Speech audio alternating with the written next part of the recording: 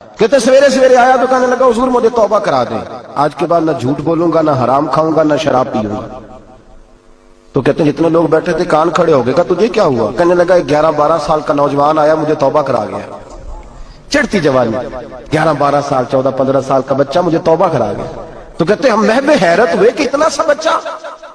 تو کہتے ہیں کسی نیک باپ کا بیٹا تھا، کسی پرہیزگار ماں کا بیٹا تھا، گھر میں تربیت ہوئی۔ اتنے بچے تو خانقاہ بھی نہیں جاتے، اتنے سے بچے تھوڑی کسی ادارے کے فارغ التحصیل ہوتے ہیں، کس مدرسے سے پڑھے ہوتے ہیں؟ کہتے ہیں چھوٹی سی عمر۔ تو کہا جناب آپ کو کیسے ملا؟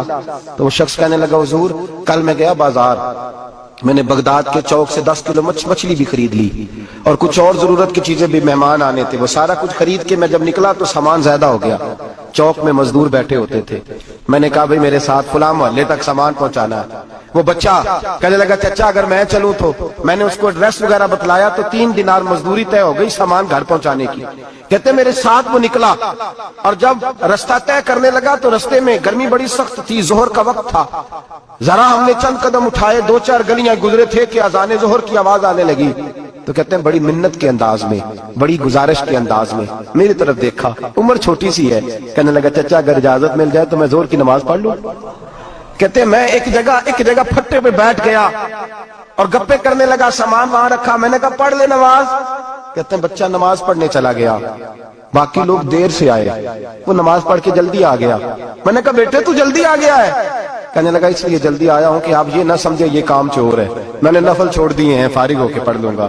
کہتے ہیں سامان اٹھایا، رستے میں گرمی شدت کی تھی، اس کا پسینہ بہنے لگا، میں آگے بڑھا، میں نے کہا بیٹے سامان تھوڑی دیر کے لیے مجھے دے دو، گرمی زیادہ ہے۔ کہنے لگا چچا کسی کا تربیت یافتہ ہوں، کسی نے ٹریننگ دی ہے، کہا ماں باپ نے کہا تھا حرام لقمہ گھر نہ لانا، کہا بات کیا ہوئی؟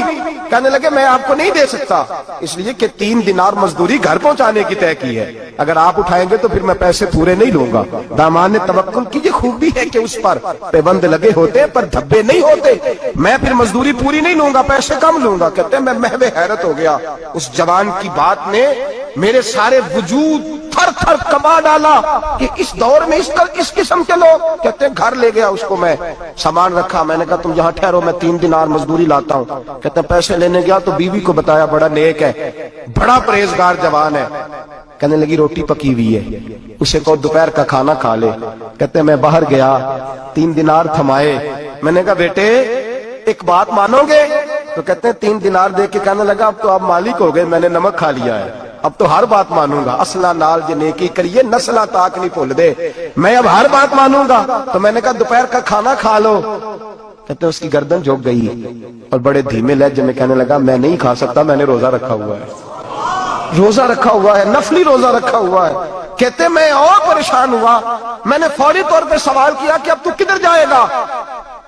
تو کہنے لگا اب میں کہیں نہیں جاؤں گا، میرے 1 دن کا خرچہ میرے ماں باپ نے جو ڈیوٹی لگائی ہے وہ 3 دینار ہے، پورا ہو گیا ہے، اب میں باقی جو وقت بچے گا یا قرآن پاک کی تلاوت کروں گا یا محمد عربی پہ درود و سلام پڑھوں گا، میں اب کوئی اور کام نہیں کروں گا۔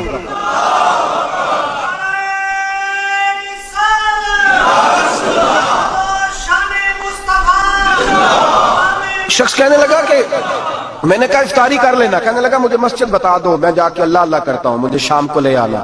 افطاری ہمارے ساتھ اس کی طے ہو گئی، مسجد چلا گیا، مغرب بعد لینے گیا تو کہنے لگا عشاء کے بعد آنا، اب تو میں نے پانی سے افطار کر لیا، کھانا کھانے جاؤں گا تو جماعت رہ جائے گی۔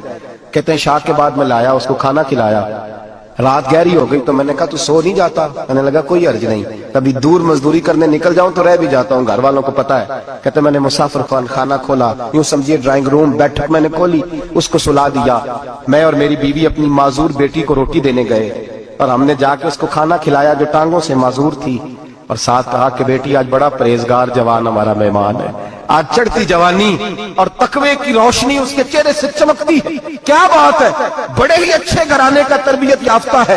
کہتے ہیں بچی کو کھانا کھلا کے لوٹے، اپنے کمرے میں سو گئے، بیٹی اپنے کمرے میں لیٹ گئی، ترس گئے تھے کہ بیٹی قدموں پہ چلے۔ تہجد کا وقت ہوا تو دروازے پہ دستک ہوئی، بڑی بے چینی کے ساتھ اٹھے میاں بیوی، کون ہے؟ بیٹی کی آواز آئی ابا جی دروازہ جلدی کھولیں۔